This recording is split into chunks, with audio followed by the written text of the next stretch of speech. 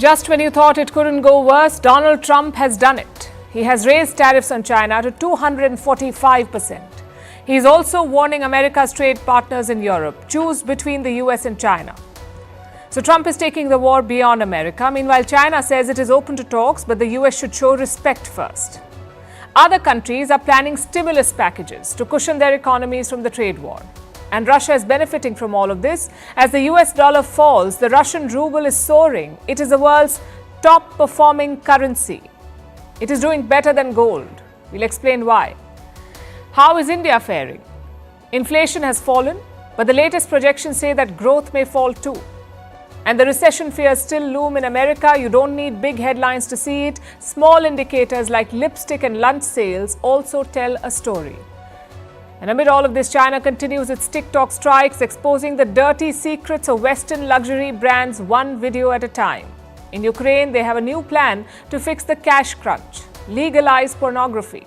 In Sudan, 2 years of war and now the country may be divided. In Kenya, gang smuggling ants have been arrested. Yes, we're talking about the insects, ants. Who is buying smuggled ants and why? We will tell you. And why global wine sales are falling. They're at their lowest level since 1961. All this and more coming up. The headlines first. US Vice President J.D. Vance and his wife Usha to travel to India next week. During his visit, Vance will meet Prime Minister Narendra Modi. And other than Delhi, the second family of the US will also be visiting Jaipur and Agra. Usha Vance is the first Indian-American second lady. Before India, Vance and his family will be travelling to Italy. Pakistan's Foreign Secretary lands in Bangladesh to hold bilateral meetings. The talks will take place in Dhaka tomorrow. The last time the foreign secretaries of the two countries met was 15 years ago. The Pakistani official is also likely to meet Bangladesh's interim leader Mohammad Yunus. Ties between Islamabad and Dhaka have improved since the ouster of Sheikh Hasina last August. Iran's foreign minister will visit Russia tomorrow. Last week, Tehran held indirect talks with Washington over its nuclear program. The United Nations nuclear watchdog has warned that Iran is not far from having a nuclear bomb. Moscow, a party to Iran's 2015 nuclear pact, supports Tehran's right to have a civilian nuclear program. The UK Supreme Court rules on the legal definition of a woman, says it is based on a person's sex at birth. This landmark decision comes amid a bitter debate over trans rights. The ruling is a setback for the Scottish government. It will prevent transgender women from positions set aside for women. And the European Union approves the sale of a new Alzheimer's drug, but says it can only be sold under strict conditions. The drug will be used to treat adults who are in the early stages of the Alzheimer's disease. It was approved in the US 2 years ago.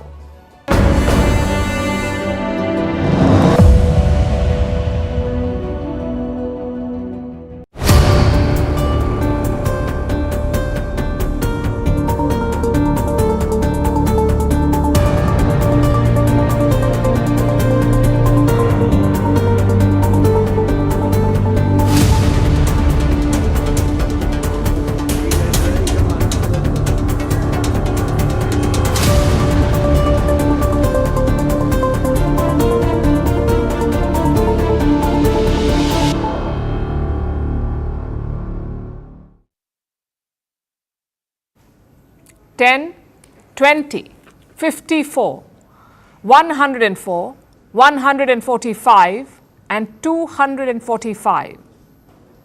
This is not a cricket scorecard. This is Donald Trump's tariffs on China. It began with a 10% levy in February. It now stands at 245%. I'll repeat that for you. The US has increased tariffs on China to 245%. The White House announced it yesterday, though this time with less fanfare. No grandstanding by the press secretary, no all-caps post on Truth Social. Instead, this announcement was sneaked into a White House fact sheet. And the reason for this hike? Because China retaliated. Trump says 75 countries have reached out to him. They want to strike a deal with the US, but China has not reached out. Instead, they have imposed a 125% tariff on the US. So what does Trump do? He hikes it again to 245%. The White House says the ball is now in China's court. Look, the president has made his position on China quite clear, although I do have an additional statement that he just shared with me in the Oval Office. The ball is in China's court. China needs to make a deal with us. We don't have to make a deal with them. Forget the ball. There is no court left to play in. A 245% tariff is not a pressure tactic or a retaliation. It is simply an ego move. You just heard the press secretary. She says that China needs to make a deal with the US, not the other way around. China should be the one making the deal. So clearly the White House wants a deal with China. They just want Beijing to make the first move. The question is, how will China respond? Beijing had ruled out further tariff hikes last week. They said anything more than 125% is a joke. That is China's tariff on the US, 125%. They will not hike it further. As for talks, China is open to it. They have appointed a new trade envoy for negotiations, but only on the basis of mutual respect. If the U.S. truly wants to resolve the issue through dialogue and negotiation, it should stop its practice of maximum pressure and cease with threats and blackmail. Instead, it should engage in talks with China on the basis of equality, mutual respect, and reciprocity.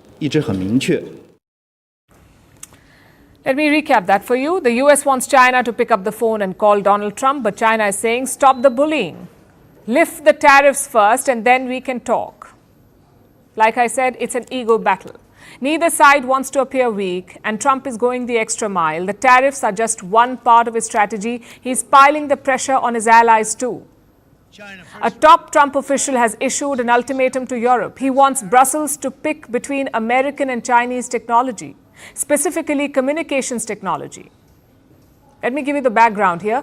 Elon Musk's Starlink is trying to enter the European market, but a lot of countries are apprehensive. They do not like his meddling in European politics, nor do they like his president's tariffs, the US president's tariffs. So what does the US do? It issues a Bollywood-style ultimatum. Either pick us or the Chinese. Let me quote what US officials said. If you're concerned about Starlink, just wait for the Chinese Communist Party's version. Then you'll be really worried. Now, to be fair, he does have a point. The problem is the Americans are also unreliable. It's like a rerun of the Cold War. Back then, the Americans had the same attitude. You're either with us or against us. And Trump is reviving that Cold War approach. It's bad news for America's trading partners. Until now, the trade war was limited to the US and China, but now Trump is taking it beyond those arenas. He is asking other countries to publicly choose. And China knows this. They know that many countries are rethinking their partnership with the US, so they're trying to cash in. And China's strategy has been twofold. The first is to attack the US. No diplomacy or outreach, just full-on wolf warrior attacks. China's state media is taking the lead here. Let me quote from their recent piece. This was published in a Chinese mouthpiece. The US is not getting ripped off by anybody. The problem is the US has been living beyond its means for decades.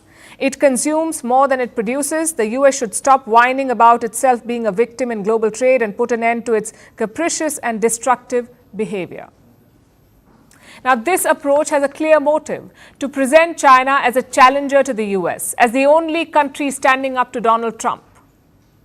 Which brings us to the second part of China's strategy, reaching out to partners. Xi Jinping is on a tour of Southeast Asia. He has visited Vietnam and Malaysia already. His next stop is Cambodia.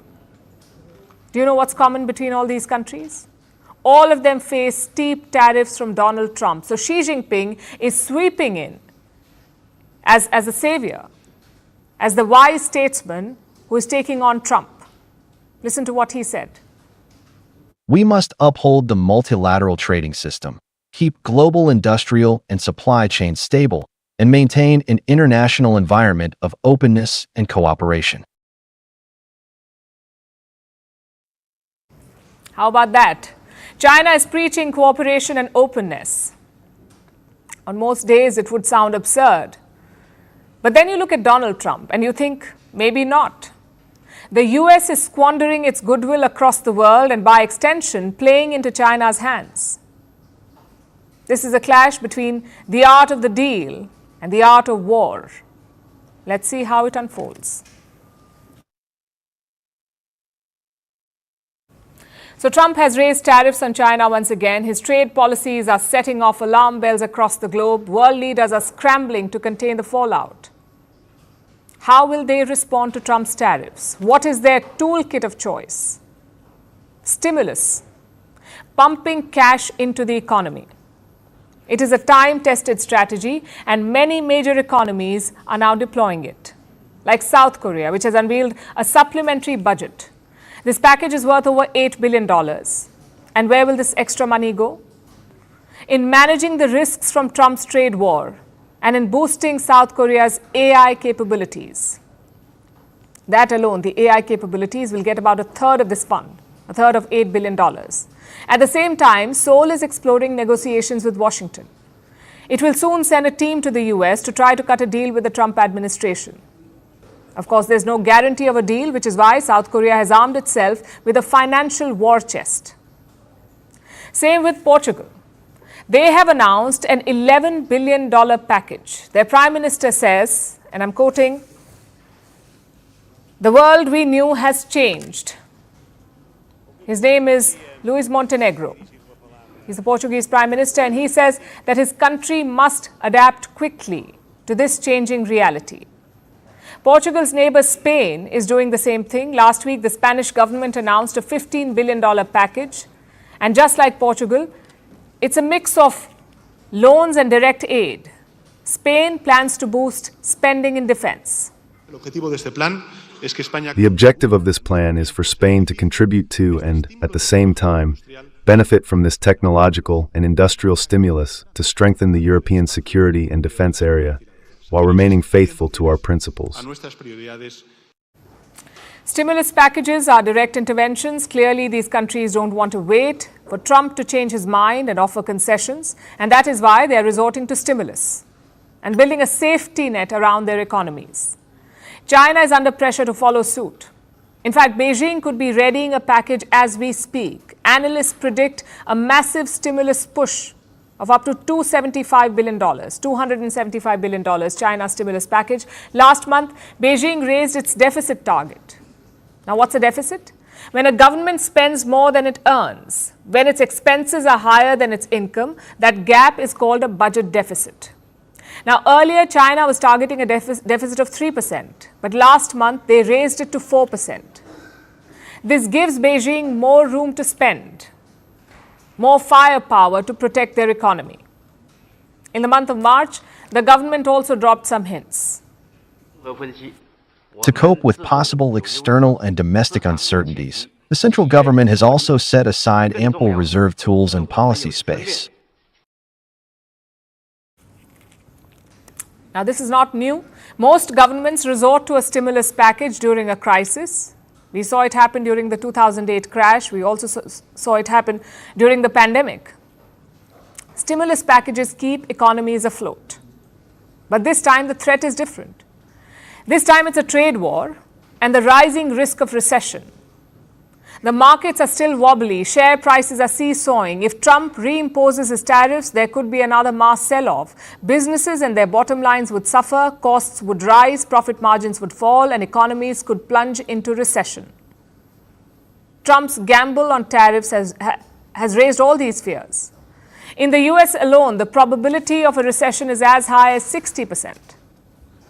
And the global economy is flashing warning signs. The IEA has slashed the demand for oil for 2025. The IEA is the International Energy Agency. It predicts lower demand for oil.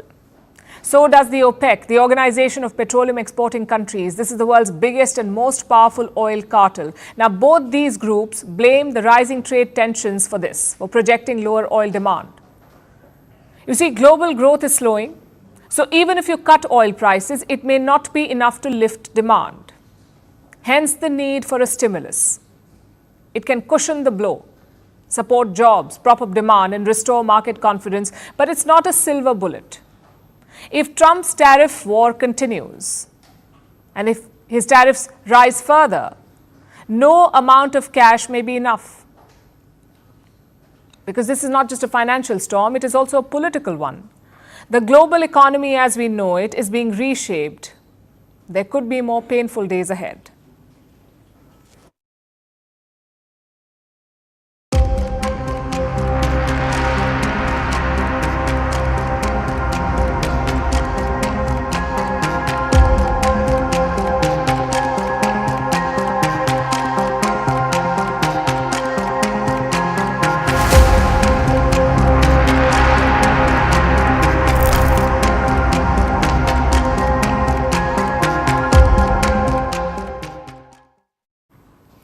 Now let's talk about Russia. It is an outlier in the global trade war. Donald Trump has spared Russia from his tariffs, and that is clearly helping the Russian economy. Their currency, the ruble, is soaring. Against the odds, the ruble has become the best performing currency in the world. It has surged past every major competitor, including gold. The Russian currency is doing better than gold. Remember, gold is the go-to safe haven during tough times, but today the ruble is doing better than gold. This year, it has gained 38% against the US dollar, a 38% rise in the global market. The dollar, on the other hand, is struggling. You could say Trump crashed the dollar with his tariffs. His trade war has triggered a major crisis of confidence in the greenback. But that's not the only reason why the ruble is shining. Overall, Moscow's economic strategy is working. Three factors are driving the ruble's rise. First, a political thaw between Putin and Trump. This has eased fears about the future of the Russian economy. It has boosted confidence in Russian assets. Second, tight monetary controls. Russia has curbed the demand for foreign goods. This has led to reduced imports, and it has left more foreign currency in Russian coffers. And the third reason? Government intervention. The Kremlin is using its national wealth fund. It has been selling foreign currencies like the US dollar and the British pound. And this helps support the ruble. It fuels the kind of rally that we are now seeing. Russia is confident about its economic trajectory. At the same time, the Kremlin admits that there are challenges ahead. Right now, our economy is developing quite successfully. It is stable and has a high margin of stability. However, additional efforts will be required given the turbulence we are currently experiencing in the global economy. So what are these challenges? One of them is the price of oil. Earlier this month, oil prices dropped. 1 barrel of Russia's Urals crude was trading at almost $50. That's the lowest price level in almost 2 years. $50 for a barrel. And the outlook is worsening. Like we just told you, the demand for oil is set to fall. The International Energy Agency and the oil cartel OPEC have both cut forecasts. They say that trade tensions are hitting global demand. And when the demand for energy slows, Russia makes less money. Needless to say, this is bad news for the Russian economy because it depends heavily on energy revenues. Last year, Russia earned more than $100 billion from oil and gas sales. If price drops, if demand falls, Moscow will earn less and it will have less money to spend. In fact, the Russian central bank has issued a warning. If Trump's trade war escalates, global trade will slow down. So will the demand for Russian oil and gas, and this could weaken the Russian economy.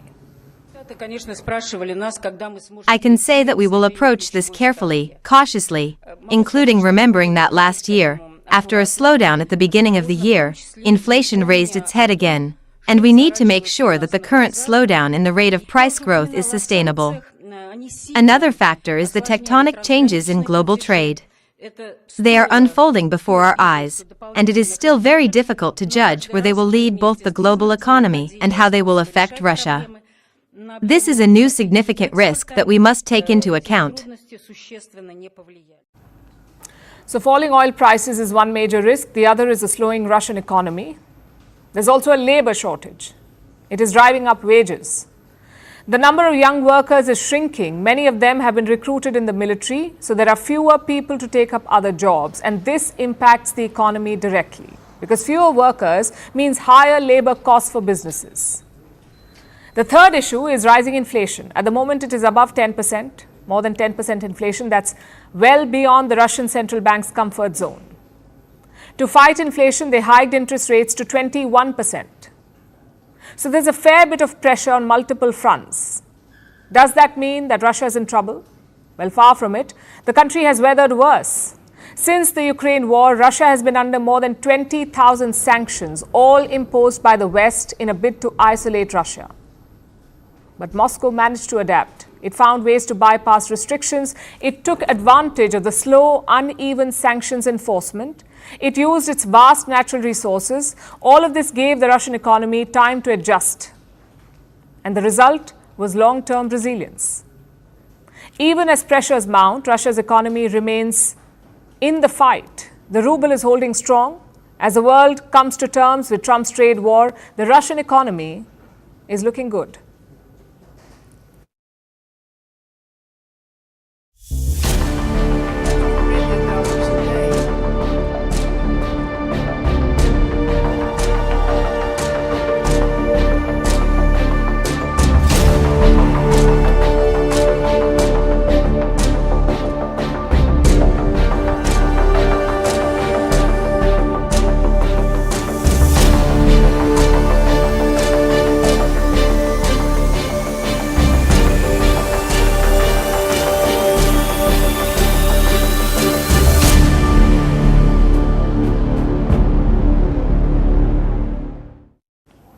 So China is fighting the tariffs and Russia is flying below the radar.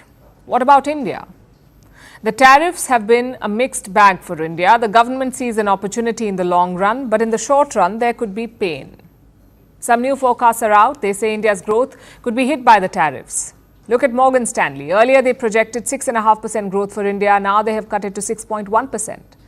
This is for the ongoing financial year, which is from April 2025 to March 2026. They've also revised the rates for the next financial year from 6.5% to 6.3%. And it's not just banks and agencies. Even the Reserve Bank of India has slashed its forecast from 6.7% to 6.5%.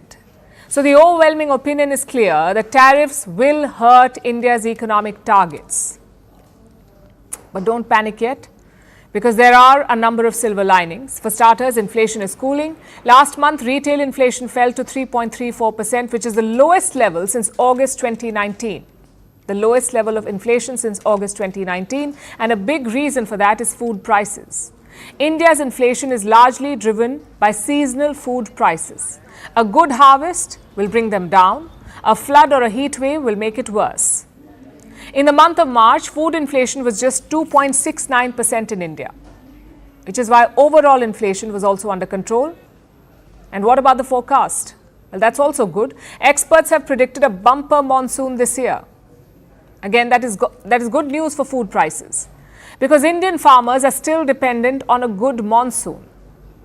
That is their main source of irrigation.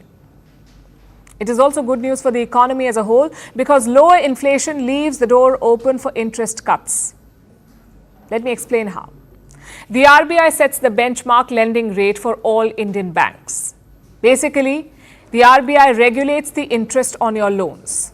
If the rate is lower, more people will take loans. More loans equals more spending. More spending equals more economic activity. That is how central banks spur growth, by controlling the interest rate. But the risk is inflation.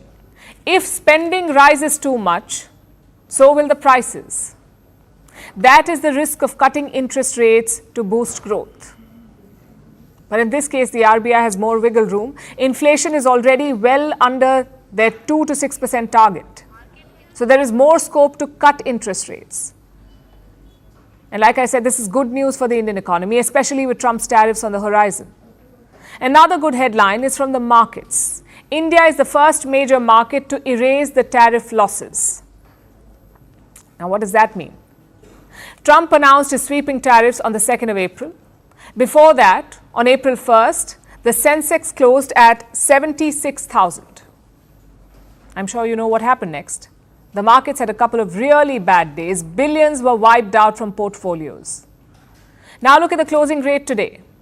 Just a shade over 77,000. So the Indian markets have already recovered to pre-tariff levels. In fact, they have gone beyond those rates. Other major markets have not done this yet. Japan, South Korea, China, Germany, none of them have returned to those levels. But India has. What explains this resilience? For starters, India is not an export-driven economy, not like China or Mexico. So the exposure to the tariffs was always going to be low. Plus, India is seeking a deal with the US. It is not taking on Donald Trump like China is. So investors are more bullish on India. They feel that India is better suited to come out unscathed. Of course, these are still uncertain times. Tomorrow, Trump could threaten India with more tariffs, and before you know it, the markets could tumble again. So we are not saying that the worst is over. We are saying that India is doing better than other major economies. The key is to build on this strong foundation to capitalize on the churn created by Donald Trump. Let's see if India rises to the challenge.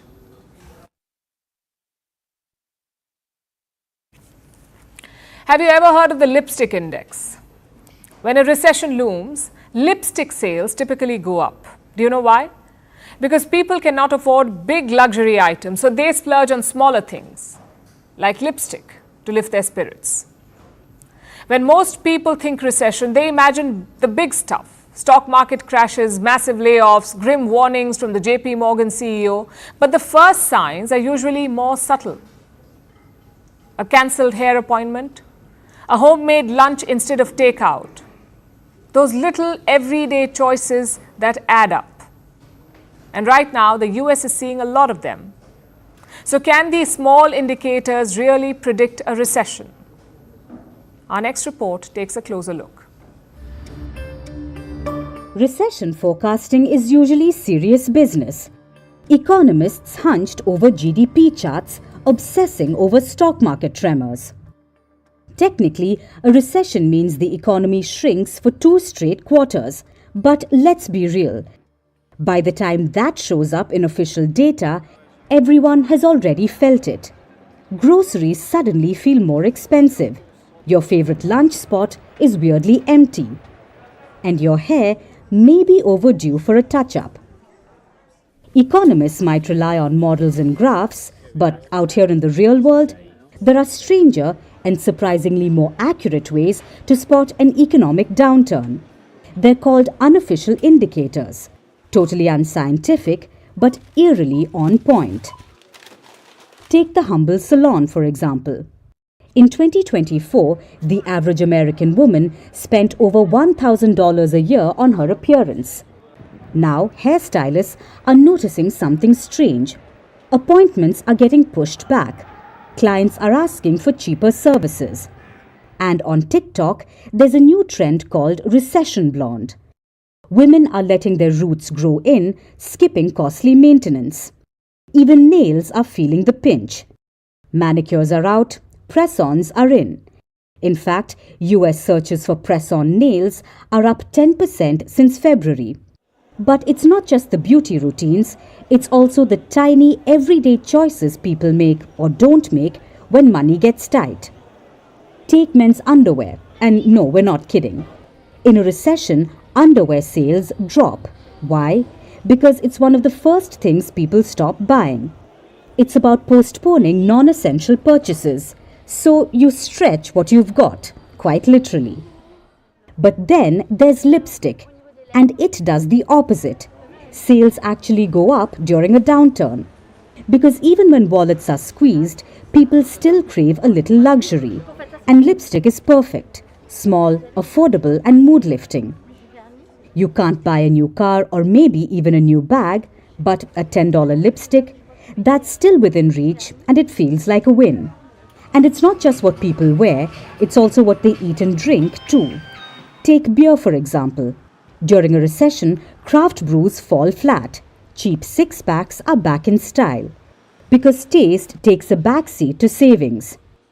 And lunch, even that gets a recession makeover. In the United States, more people are bringing meals from home. And it's not just for the protein to carb ratio, it's to save some money. When budgets shrink, the first things to go are the little indulgences. The avocado toast and $5 coffee is out, but homemade lunch is in. Now, these might seem like small sacrifices, but when you stack them up, there's a very real, very quiet economic shift.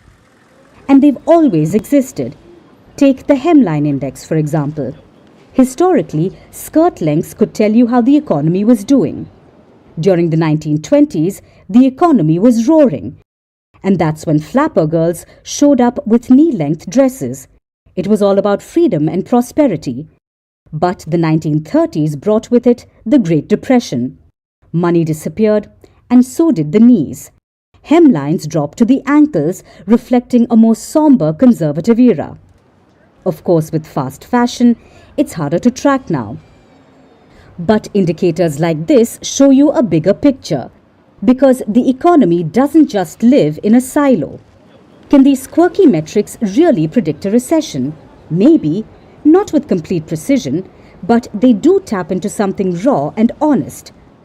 How we adapt when things look down. Because before the recession makes headlines, it shows up in the details.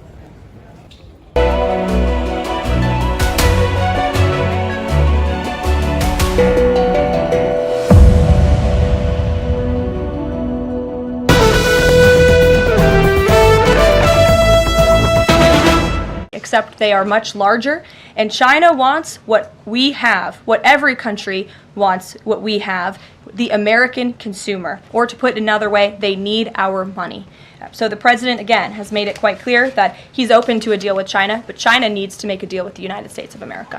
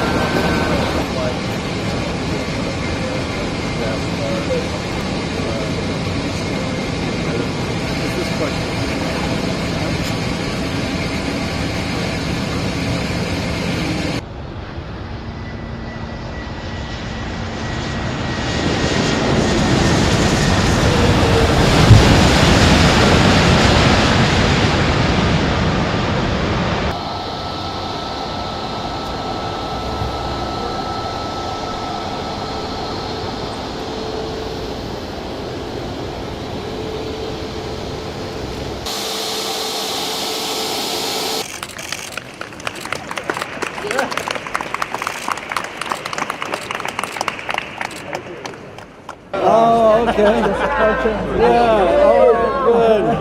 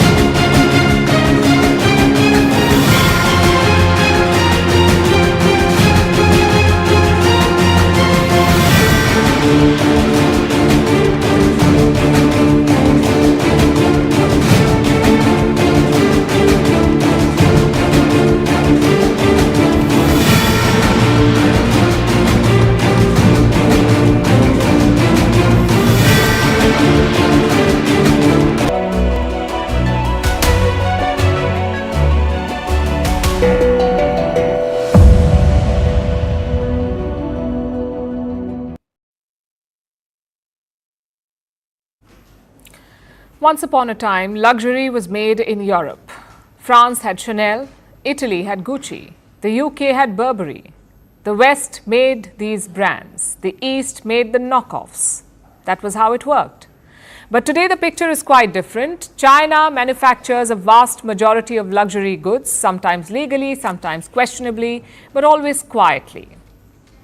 That's how it was until last week, But now, those Chinese factories are speaking up, and that too on TikTok. Do you recognize this style, this bag? Of course you do. For the past more than 30 years, we have been the OEM factory for most of the luxury brands around the world. Gucci, Prada, Coach, Louis Vuitton, you name it. But for this, I am not proud because we were only making our wages. The profit margin for the people who are actually making the bags are very low. The reason is quite clear. The US and China are fighting a trade war. Washington has imposed 245% in tariffs on China. So Beijing is hitting back, not just with reciprocal tariffs or restrictions, but also with a luxury expose. Who is producing high-quality accessories for those luxury brands like Chanel, Estee Lauder, L'Oreal? You're saying you're the supplier behind all these beauty accessories for those big luxury brands? La Brea, MAC, Chanel, Bobbi Brown, and even Rosewood Hotel. All these videos have a similar setup. There's a person standing in a factory. They show off luxury goods. They mention the prices. And that is a shocker. I guess everyone knew that luxury goods were overpriced. But the markup and the way it is being presented has caught people's attention. Take a Birkin bag, for example. We told you about this yesterday. A video claims that a bag is made in China for $1,400, all things included. And how much does Hermes sell it for? $38,000. That's a markup of over 2,600%. 2,600% markup. To sum those up, the total cost will be $1,400 USD for one Birkin out of factory. But why Hermes will charge you 38,000 USD for one bag? That's because more than 90% of the price is paid for its logo. But if you do not care about the logo, you just want the same quality, same material, you can just buy from us. Because for our bags, we use exactly the same material, same leather, same hardware, same edge oil. Imagine that. For years, luxury brands have carefully curated a fantasy. Part heritage, part exclusivity, and a whole lot of gloss. A handbag from Hermes is not just a bag, it's a passport into an elite club of wealth. A $100 pair of Lululemon leggings is not just another set of pants, it's doing yoga in style. But China is now breaking this illusion one video at a time. It is appealing to Western customers directly with one message. Buy that Birkin, but buy it directly from the source. You will not get the Hermes logo, but at least it will be $37,000 cheaper. So what is Beijing hoping to achieve with this? And more importantly, should you buy these products? Is a $1,400 Birkin too good to be true? And first things first, this is China we are talking about, so take all of this with a pinch of salt, maybe the whole shaker. The videos may just be propaganda supported by state-backed actors with ring lights. The bags may be knockoffs. After all, China is the world's biggest counterfeit producer. It makes 86% of the world's fakes and copies, 86%. So it could be a very high-quality dupe. But Beijing's aim here is not to sell these products. It is to undermine Western luxury. You see, luxury brands have spent decades spinning tales. Tuscan leather artisans, French ateliers lit by candlelight, bags stitched by hand. But behind all of this lies a very pragmatic reality, the reality of globalized manufacturing. The bag may say made in Italy, but it's quite possible that only the clasp was attached in Italy. The rest of the bag was made in China. That's a very real possibility. So what these videos do is shatter that image of luxury. And not just that, they're also trying to kill two birds with one stone. They're taking on Western brands, and they're also stirring economic nationalism in China. For years, made in China was seen as cheap. These videos are rebranding it as luxurious. They aim to show China as a producer of quality, not just quantity. So should you buy them? Well, it is an expensive gamble. You may end up with the real thing, or you may end up with a costly counterfeit, and chances are you won't be able to tell the difference. Also, it depends on what you're really looking for. Are you looking for authenticity? Are you looking for quality? Or do you just want the brand logo? Because let's face it, a Birkin is never just a bag. When you pay $38,000 for any bag, you're not really paying for the stitches or the leather, you're paying for the story. And that's the real luxury product. China is not just challenging the product, it is challenging that illusion. And if that myth falls apart, what are we really paying for? The West sold the world a dream, and now China has turned on the lights.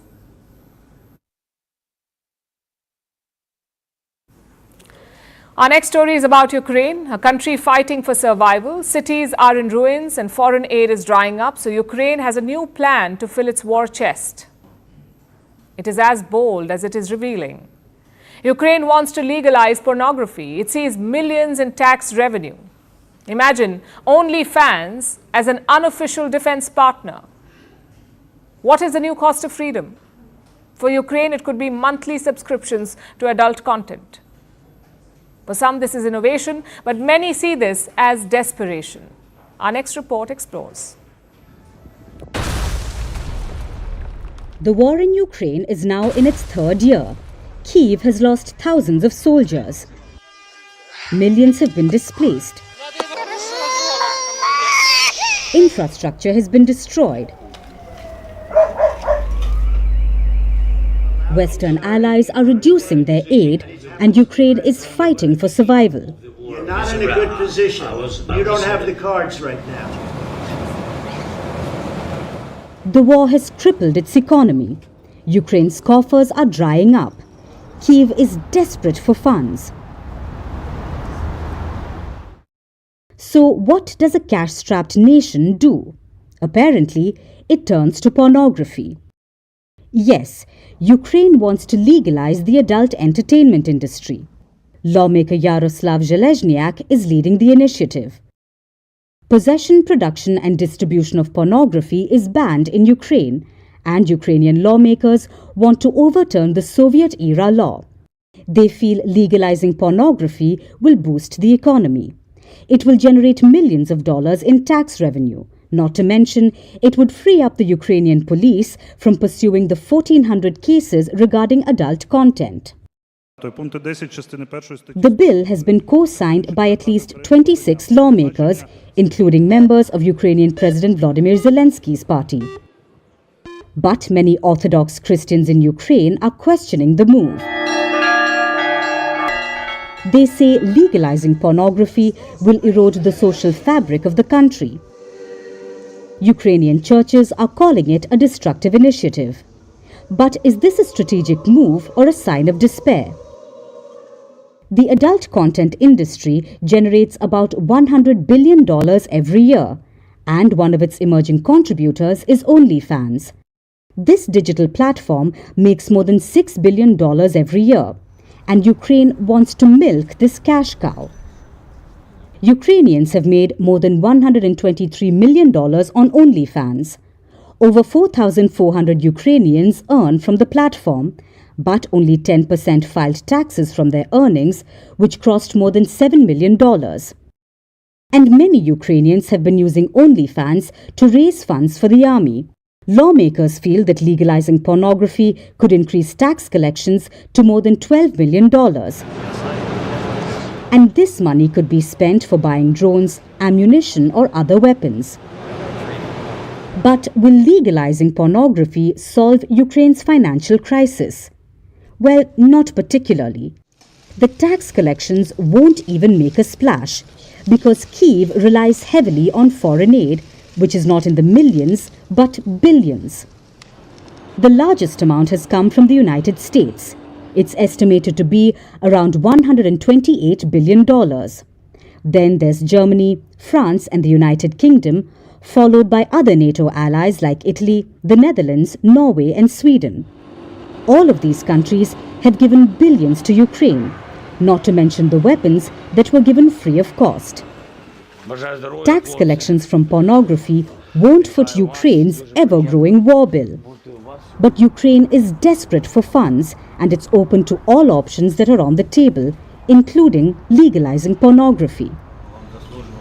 If Ukraine manages to do that, it would be the first country in the world to legalize pornography for funding its military. Will this become a trend? Will war-torn nations turn to unconventional methods for cash? We've already seen crypto donations and crowdsourced drones. And now we may just have OnlyFans-funded artillery.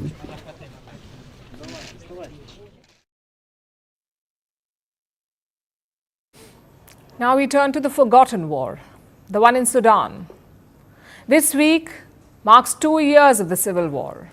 Yet there were no worldwide protests, no social media uproar. Clearly, all eyes are not on the Sudan. But the North African nation is still in turmoil and the civil war is only escalating. You may remember how it began. Gunfire and explosions rocked the country on April 15, 2023. And at the heart of this chaos are two groups. One is the Sudanese army. The other is a paramilitary group called the RSF, the Rapid Support Forces, RSF. Now, these two sides are locked in a power struggle. It's basically an ego clash. Each side is led by a general. Heading the army is General Abdel Fattah al-Burhan. Leading the RSF is General Mohammed Hamdan Dagalo, better known as Hemeti. Now, Burhan and Hemeti are allies turned rivals. In 2021, they were partners. They launched a joint coup. They toppled the Sudanese government. Then they faced a question. Who will rule Sudan, the army or the RSF? Well, they couldn't decide. They couldn't share power. So now they're fighting. They've been fighting for 2 years. Their war has shattered the country. Tens of thousands of innocents have been killed. Nearly 14 million people have been displaced. That's almost 1/3 of the country's population. Hospitals are being bombed. There's a genocide. Waves of ethnic cleansing. Women and children are being mass raped. More than half the population is starving. This is the world's worst humanitarian crisis, created by two power-hungry generals. They have brought their country to knees. And now they're splitting it. Yesterday, the RSF announced a rival government. They said they will govern the areas they control. The RSF is calling it the roadmap for a new Sudan. The Sudan army made a similar announcement in February. Basically, the two rivals want to rule their respective turfs. So who controls what? Let me show you with a map. The RSF recently lost control of the capital, that is Khartoum, but it still holds the Darfur region. This is in the west. The Sudanese army controls the north and the east, including Port Sudan, which gives them access to the Red Sea. Now, the RSF has formed its own government. Experts fear that this will divide the country. This is Africa's third biggest nation we are talking about. It is staring at yet another partition. A few years back, the country of South Sudan was carved from Sudan, and now another split is in the works. What is the international community doing? They're playing the blame game. Ceasefire talks have collapsed. Regional players are taking sides. Egypt and Saudi Arabia back the Sudanese army. The UAE and Chad support the RSF. This has only added fuel to the fire. The African Union remains divided. They're dealing with the refugee crisis coming out of Sudan. The United Nations, as always, is missing. And the Sudanese generals say that they will not end the war anytime soon because both sides claim that victory is around the corner. Like I said, the fighting has forced millions to flee. First within Africa and now to Europe. The number of Sudanese refugees has gone up by 38% in Europe alone. So the West is finally waking up. The United Kingdom held a summit yesterday to discuss the Sudan war. None of the warring sides was present, and the meeting ended with no major decision. Listen to what France had to say. France has taken note of the roadmap presented by the authorities led by the Sudanese armed forces to restore a political transition. It reiterates the imperative of effective participation by all civilian actors within the framework of a single process. I am particularly concerned by the intentions expressed by various actors to form governments unilaterally and outside of any process of conflict resolution. Let us be clear, the unity of Sudan must be preserved. The unity of Sudan must be preserved. That's what France said. Germany and the UK said that war is not the solution. They're calling for more dialogue. For the people of Sudan, war is their reality at the moment, and they have a grim outlook. Violence and violations. There is no solution except for the war to continue until the rebellion ends, because those people have no understanding, they have no vision for the country, they are loyal to other external parties. So where does the Sudan go from here? Will it be divided again? Will the division bring them peace? Will the world finally wake up to their horror, or will Sudan remain the forgotten war?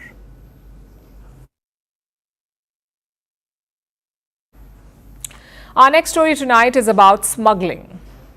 No, not gold or drug smuggling. We will tell you about ant smuggling. Yes, people are trafficking ants now, mainly in East Africa. Kenya has nabbed 4 ant gang smugglers. They captured thousands of ants. They were planning to sell these insects in Europe and Asia and hoping to make thousands of dollars. You heard that right, thousands of dollars for ants. So what's behind this strange trafficking trend, and why are people buying smuggled ants? Here's our report. Kenya has been embroiled in a decades-long fight against animal trafficking. People smuggle body parts of animals such as elephants, rhinos, and pangolins and sell them for millions of dollars on the black market. Usually, large species of wild animals fall prey to these illegal activities. But in recent years, trafficking trends have seen a change. The focus is shifting to smaller and lesser-known species, like ants. These tiny creatures are witnessing a huge interest among traffickers. Like the 4 smugglers who have been arrested by Kenyan authorities in 2 separate cases. 2 Belgian teenagers have been charged with wildlife piracy.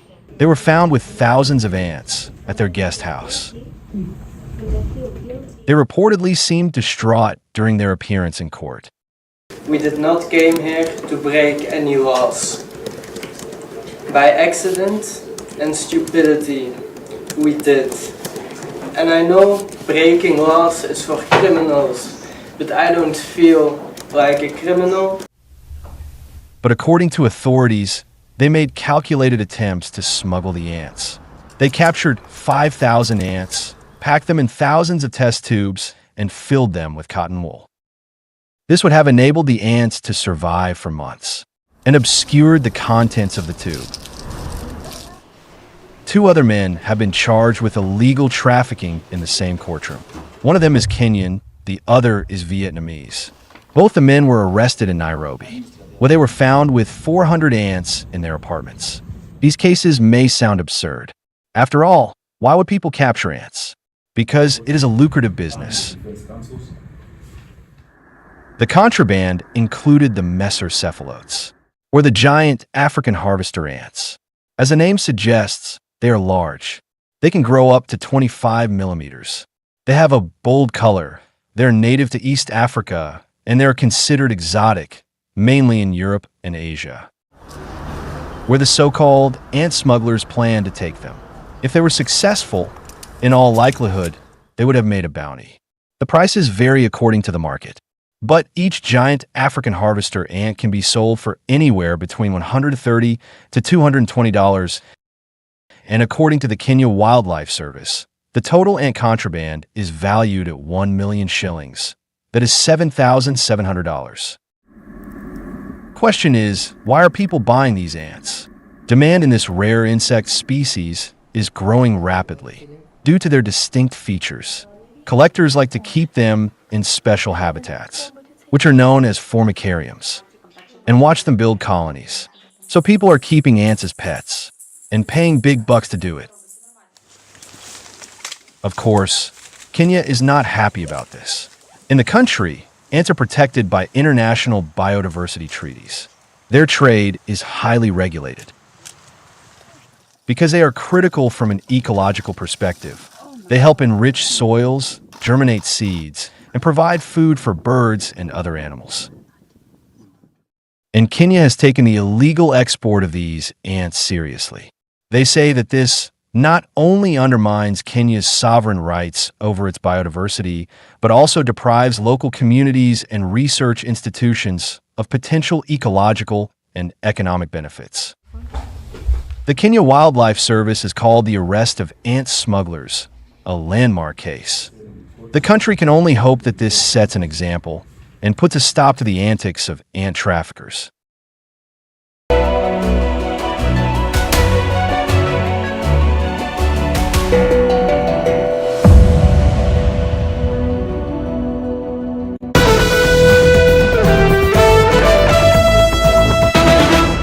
except they are much larger.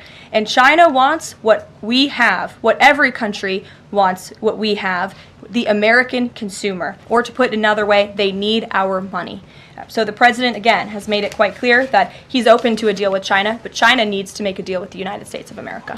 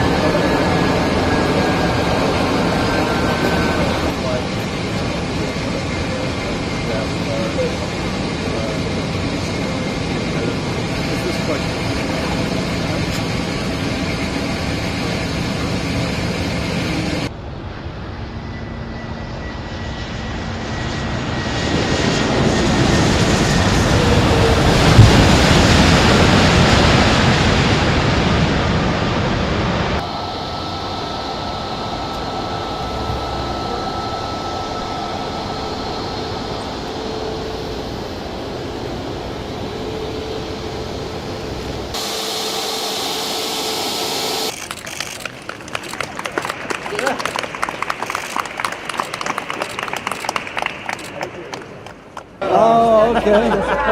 Yeah. Oh, good. Nice to meet you.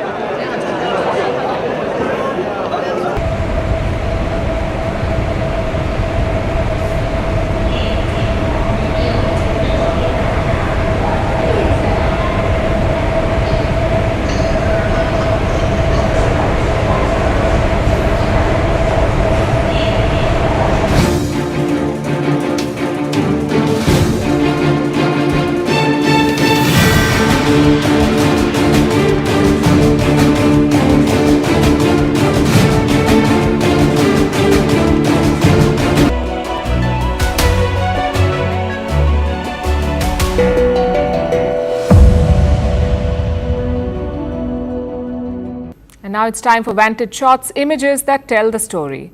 A drone video captures multiple Russian strikes in Ukraine's Kherson. Authorities rescue a hiker stranded on a California cliff.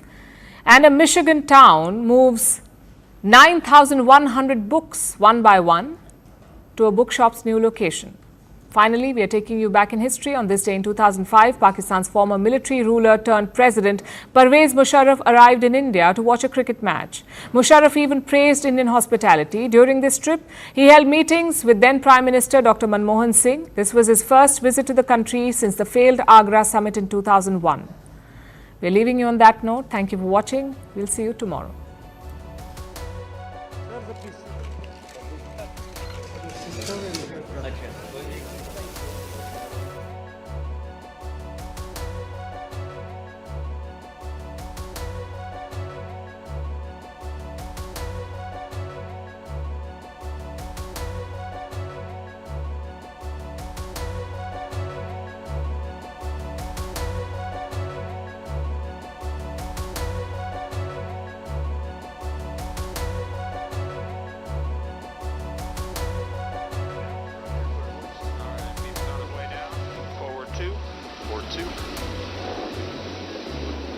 Just stay there.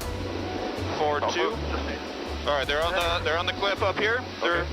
Let's give them some space here. You're welcome. Oh, that's okay. All right. He's got a short final ice out. It's gonna be a little tight for that little hole. Clear for dark. Yeah.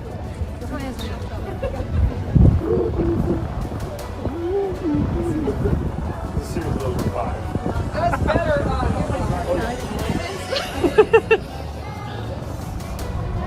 Oh yeah, now we're talking.